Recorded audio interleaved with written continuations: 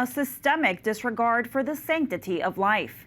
An alarming investigation finds that more than 24 patients may have been alive when the organ removal process began. That's according to a press release by the Department of Health and Human Services.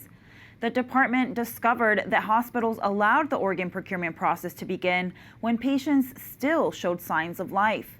HHS Secretary Robert F. Kennedy Jr. calls the findings, quote, horrifying. The investigation looked at 351 cases over a 3-month period, from December 2024 to February 2025. It found that some 30% of cases had concerning features, including 73 patients with neurological signs incompatible with the threshold needed for organ donation. And at least 28 patients may have still been alive when the organ removal process began. What needs to happen is to have a really strong determination of death before any kind of vital organ donation process is initiated. There's a lot of pressure to obtain as many organs as possible, and therefore there's a tendency to cut corners.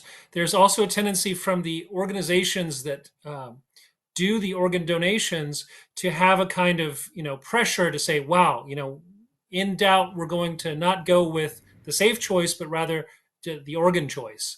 And so there's a real brokenness in the system right now that has been discovered.